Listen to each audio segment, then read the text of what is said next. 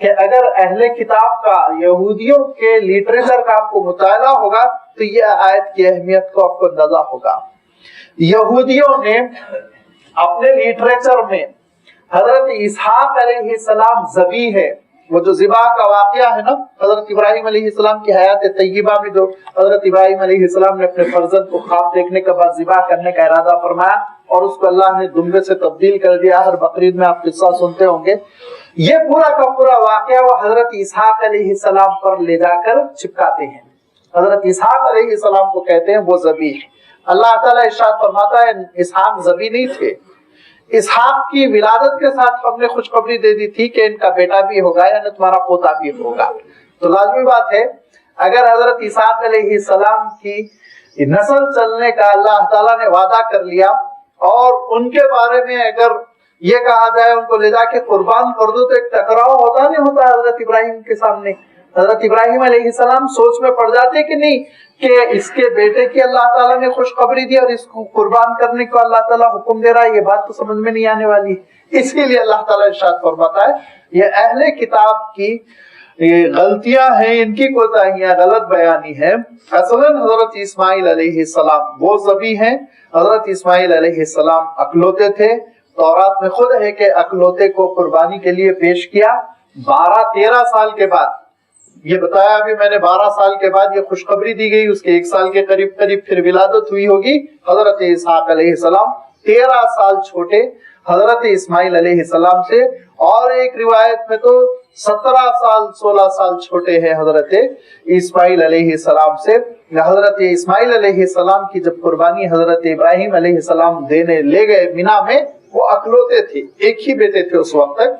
بعد میں حضرت اسحاق علیہ السلام کی ولادت ہوئی۔ وہ اپنی کتاب کے خلاف خود چلتے ہیں۔ تورات میں لکھا ہے اپنے اکلوتے، بڑے اور اکلوتے دونوں لفظ ہے، بڑا بیٹا اور اکلوتا بیٹا، دونوں کے دونوں وہ خود مانتے ہیں حضرت اسماعیل بڑے ہیں، اور ایک مدت تک حضرت اسماعیل اکلوتے رہے۔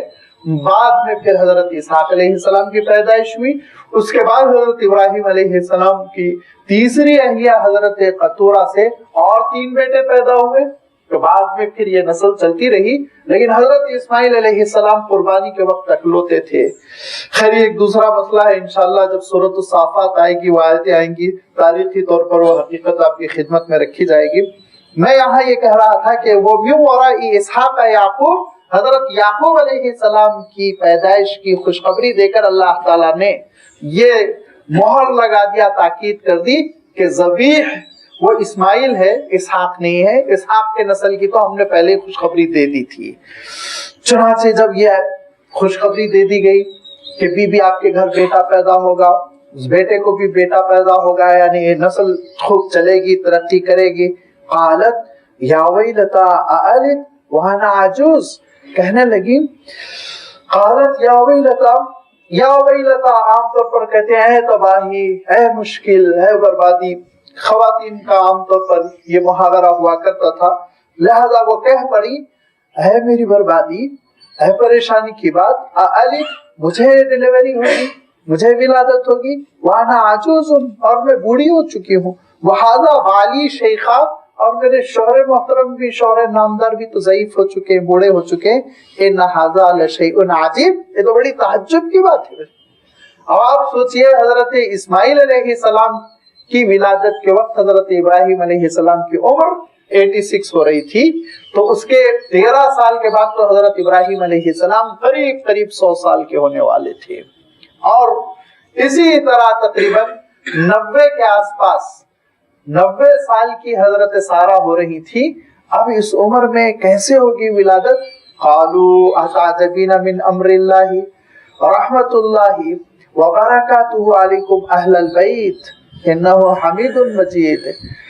کہا فرشتوں نے اللہ کے فیصلے پہ آپ تعجب کرتی ہیں بی بی، اللہ کے فیصلے پہ کیا تعجب، رحمت اللہ اللہ کی رحمتیں ہوں آپ پر، وبرکاتہ اللہ کی برکتیں ہوں آپ پر، اے خانوادہ نبوت، اے اہل بیت، انہ حمید مجید، بے شک پروردگار قابل ستائش ہے، بے شک وہ بڑا بزرگی والا ہے، بڑے عزت اور مجد والا ہے، وہ جو چاہے وہ فیصلہ کرے، اس فیصلے پہ تعجب کی کیا بات ہے۔ لہذا آپ نے کہا کہ یہ اس میں تعجب کی کوئی چیز نہیں، جب بغیر کسی وجود کے کن فیکون سے حضرت آدم علیہ السلام پیدا ہو گئے، اور آگے چل کر حضرت ابراہیم علیہ السلام کے بہت دنوں بعد بغیر والد کے حضرت عیسیٰ علیہ السلام پیدا ہو گئے، تو بڑھاپے کے عالم میں اولاد کا ہو جانا یہ کوئی تعجب کی بات نہیں ہے۔ لہذا ان کو مطمئن کیا، اور اس کے ساتھ ساتھ اللہ کی رحمتوں کا پیغام دیا، اللہ تعالیٰ کی برکتوں کا پیغام دیا، اور کیا کہا؟ رحمت اللہ وبرکاتہ علیکم اہل البیت۔ اب یہ اہل بیت سے آپ کیا ترجمہ کریں گے؟ اہلیہ ہے کہ نہیں ہے؟ حضرت سارہ کیا ہے حضرت ابراہیم کی؟ اہلیہ ہے کہ نہیں ہے؟ حضرت سارہ حضرت ابراہیم علیہ السلام کی اہلیہ ہے، اور ان کے لیے اہل بیت کا لفظ اللہ تعالیٰ استعمال کر رہا ہے، اور یہی لفظ اللہ تعالیٰ نے استعمال کیا سورۃ الاحزاب میں آیت تطہیر میں، جس کو لے کے لوگ بہت اچھلتے ہیں اہل بیت اہل بیت۔ اہل بیت میں سب سے پہلے بیوی آتی ہے۔ اس سورہ احزاب میں بھی آپ اٹھا کے دیکھیں، اللہ نے امہات المؤمنین سے خطاب کیا، حضور اکرم صلی اللہ علیہ وسلم کی ازواج مطہرات سے خطاب کیا، اے بیویوں گھر سے باہر نکلنا تو آپ اپنے اوپر چادر ڈال لیں، اے بیویوں آپ کے گھر میں نبی ہیں آپ خوب اللہ کا ذکر کریں، اے بیویوں آپ کے گھر میں نبی ہیں آپ کو قربانی دینی ہوگی، فاقے برداشت کرنے ہوں گے اور پریشانیاں برداشت کرنی ہوگی، قربانی دینی ہوگی، اور آپ کو اللہ تعالیٰ جنت کی نعمتیں عنایت فرمائے گا، اور اے گھر والوں آپ کو اللہ تعالیٰ چاہتا ہے سارے گناہوں سے پاک و صاف کر دے۔ تو حضور اکرم صلی اللہ علیہ وسلم کی بیویوں کو نکال کر باقی سب کو شامل کر دیا گیا، اور اس کے بعد سے آیت تطہیر وہ ایک فرقے کا مذہب بن گئی، ان کا ایک بنیاد بن گئی، لیکن عجیب و غریب ترتیب کے ساتھ۔ آپ بھی جب کارڈ لکھتے ہیں وتھ فیملی تو کسی کے ذہن میں یہ نہیں ہوتا ہوگا بیوی کو چھوڑ کے سارے بچے آ جائیں، وتھ فیملی میں سب سے پہلے بیوی داخل ہوتی۔ اگر آپ کسی کو کارڈ دیتے ہیں ماں محل، پرانی اردو جو دھیرے دھیرے جس کا دم گھٹ رہا ہے، رخصت ہو رہی ہے، ماں محل لکھتے ہیں، تو آپ پوچھ لیجئے پرانے لوگوں سے، سب سے پہلے اہلیہ محترمہ مراد ہوتی ہیں، بچے مراد نہیں ہوتے، بچے تو ضمنی طور پر آ جائیں۔ جب اہل بیت کہا جاتا ہے تو اصلاً بیوی، گھر والے، آپ کے گھر والے خیریت سے آپ پوچھیں گے تو کیا مفہوم ہوگا؟ سوچیے آپ، کیا اہلیہ کو نکال دیا جائے گا اس دائرے سے؟ سب سے پہلے وہی مراد ہوتی ہے۔ لہذا جب اللہ کے رسول صلی اللہ علیہ وسلم کے ساتھ اہل البیت کا لفظ آیا تو سب سے پہلے اس میں امہات المؤمنین ہمارے سر آنکھوں پر۔ اب اس کے بعد سے اللہ کے رسول صلی اللہ علیہ وسلم نے یہ محسوس کیا کہ آگے امہات المؤمنین ہی اہل بیت میں شمار کی جائیں گی، اور ایسا نہ ہو کہ میری بیٹی کا خاندان بھلا دیا جائے۔ تو ایک چادر اللہ کے رسول صلی اللہ علیہ وسلم اوڑے ہوئے تھے، اس میں ایک پہلو میں حضرت فاطمہ کو لیا، اس میں ایک پہلو میں حضرت علی کو لیا، اور گود میں حسن و حسین کو لے کر چادر کو لپٹا لیا پوری طرح، اور کہا یہ بھی اہل بیت ہے۔ لہذا اللہ کے رسول کے اس ارشاد کی وجہ سے ہم ایمان رکھتے ہیں کہ وہ بھی اہل بیت ہے، لیکن یہ جرات نہیں کر سکتے کہ اس میں سے امہات المومنین کو نکال دیں۔ بدرجہ اولا وہ داخل ہے، سب سے پہلے وہ داخل ہے، اور اس کے ساتھ ساتھ یہ جن لوگوں کا تذکرہ آپ صلی اللہ علیہ وسلم نے اپنی حدیث میں فرمایا وہ بھی اہل بیت میں داخل ہے۔ ایک دوسری طرف گفتگو جا رہی ہے، میں یہ عرض کر رہا تھا کہ فرشتوں نے کہا کہ اللہ کی رحمتیں ہوں آپ پر، اس کی برکتیں ہوں آپ پر، اے اہل بیت، یعنی اے ابراہیم خلیل اللہ کی اہلیہ محترمہ، اے ابراہیم کا خانوادہ، آپ سے اور آپ کے ذریعے سے جو نسل چلے گی ان سب پر اللہ کی رحمتیں ہوں، ان سب پر اللہ کی برکتیں ہوں۔ اتنا بڑا اللہ تعالیٰ نے فیصلہ فرمایا کہ اب آپ کے گھر بیٹا ہوگا، اور اس بیٹے کو بیٹا ہوگا، آپ کا بیٹا بھی آگے چل کے نبی و رسول بنے گا، آپ کا پوتا بھی آگے چل کے نبی و رسول بنے گا، اور آپ کے پوتے کا بیٹا بھی نبی و رسول بنے گا۔ اللہ کے رسول صلی اللہ علیہ وسلم سے کسی نے سوال کیا، اللہ کے رسول بڑی بزرگ شخصیت کون ہے ذرا آپ بتائیے؟ تو اللہ کے رسول صلی اللہ علیہ وسلم کہنے لگے یوسف، کریم ابن کریم یوسف، جن کے والد بھی نبی، دادا بھی نبی، پردادا بھی نبی، کیا مقام ان کا۔ تو پھر انہوں نے کہا نہیں اللہ کے رسول تاریخی اعتبار سے میں نہیں پوچھنا چاہتا ہوں، صفات کے اعتبار سے میں پوچھنا چاہتا ہوں۔ تو اللہ کے رسول صلی اللہ علیہ وسلم نے یہ ارشاد فرمایا کہ دیکھو جس کے اندر بھلائیوں کی جو محبت ہوتی ہے نا، کہ لوگوں کا عالم یہ ہے خیارکم خیارکم فی الجاہلیہ، دور جاہلیت میں جو لوگ اچھے تھے، پانی پلاتے تھے، خدمت کرتے تھے، جود و سخا کرتے تھے، نیکی کی پرچار کرتے تھے، وہ اسلام قبول کر لے تو اب وہ بھی عمدہ ہے، وہ بھی بہتر ہے، وہ بھی اعلیٰ ہے، اب بھی ان کا مقام برقرار رہے گا۔ یہ اللہ کے رسول صلی اللہ علیہ وسلم نے آگے اور ایک سبب بیان کیا۔ خیر، حضرت ابراہیم علیہ السلام کے سامنے یہ معاملہ آ گیا، اور حضرت ابراہیم علیہ السلام کے سامنے 3 حقیقتیں رکھ دی گئیں۔ نمبر 1، قوم لوط پر اللہ کا ایک فیصلہ نافذ ہونے والا ہے۔ وہ کون سا فیصلہ ہے وہ انشاءاللہ آگے کی آیتوں میں بہت تفصیل کے ساتھ آ رہا ہے۔ نمبر 2، حضرت لوط علیہ السلام کو محفوظ رکھا جائے گا۔ نمبر 3 ہے ابراہیم آپ کے گھر میں ایک بیٹے کی ولادت ہوگی۔ لہذا حضرت ابراہیم علیہ السلام کو یہ پیغام دینے کے بعد حضرت ابراہیم علیہ السلام کو ایک تسلی ہو گئی۔ فلما ذهب عن ابراہیم الروع وجاءته البشرى يجادلنا في قوم لوط، جب ابراہیم سے پریشانی کا ازالہ ہو گیا، خوف جو لاحق ہو گیا تھا وہ خوف کی کیفیت جاتی رہی، وجاءته البشرى، اور ان کے پاس بیٹے کی خوشخبری آ گئی، یجادلنا فی قوم لوط، تو انہوں نے قوم لوط کے سلسلے میں اللہ تعالیٰ سے عرض معروض کیا، اللہ قوم لوط کو آپ کیوں ہلاک کرنا چاہتے ہیں، اللہ ابھی تھوڑا مہلت دیجئے، اللہ آپ ایسا کیجئے، اللہ آپ ایسا کیجئے۔ اللہ تعالیٰ نے محبت سے حضرت ابراہیم علیہ السلام کے لیے ایک عجیب و غریب لفظ استعمال کیا۔ جب بندہ اللہ تعالیٰ کا محبوب ہو جاتا ہے تو بندے کی کیا کیفیت ہوتی ہے، دیکھیے، یہ آپ یہ نہ سمجھے حضرت ابراہیم علیہ السلام کے ساتھ خاص ہوا، بلکہ ایک خاتون کے سلسلے میں بھی اللہ تعالیٰ نے یہ لفظ استعمال کیا۔ ارشاد فرمایا یجادلنا، ہم سے ابراہیم جھگڑا کرنے لگے، ہم سے ابراہیم جھگڑا، بندہ اللہ سے کیسے جھگڑا کر سکتا ہے؟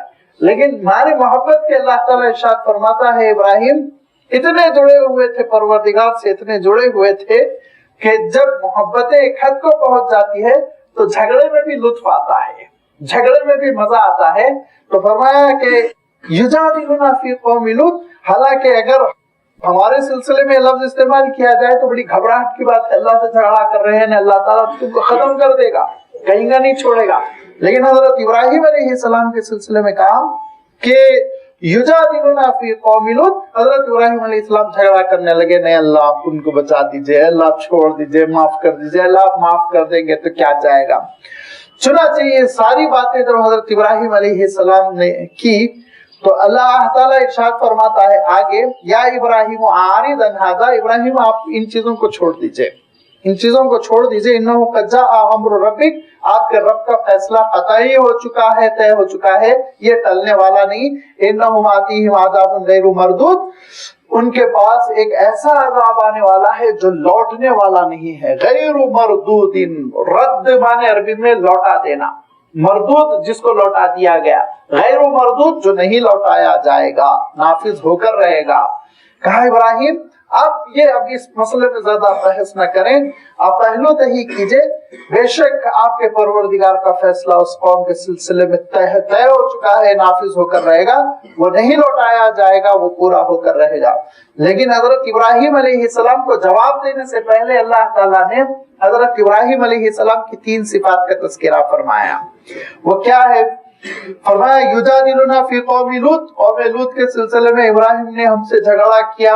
اگر اردو زبان اس ترجمے کی متحمل ہو سکتی ہے تو آپ یہ ترجمہ کیجئے، ورنہ ادب کا تقاضا یہ ہے کہ آپ یوں ترجمہ کریں، یجادلنا فی قوم لوط، قوم لوط کے سلسلے میں عرض معروض کیا، درخواست پیش کی اللہ کے دربار میں، اللہ تعالیٰ کے سامنے دست سوال دراز کر کے پوچھا کہ مولا آپ اس قوم کو بچا لیجئے۔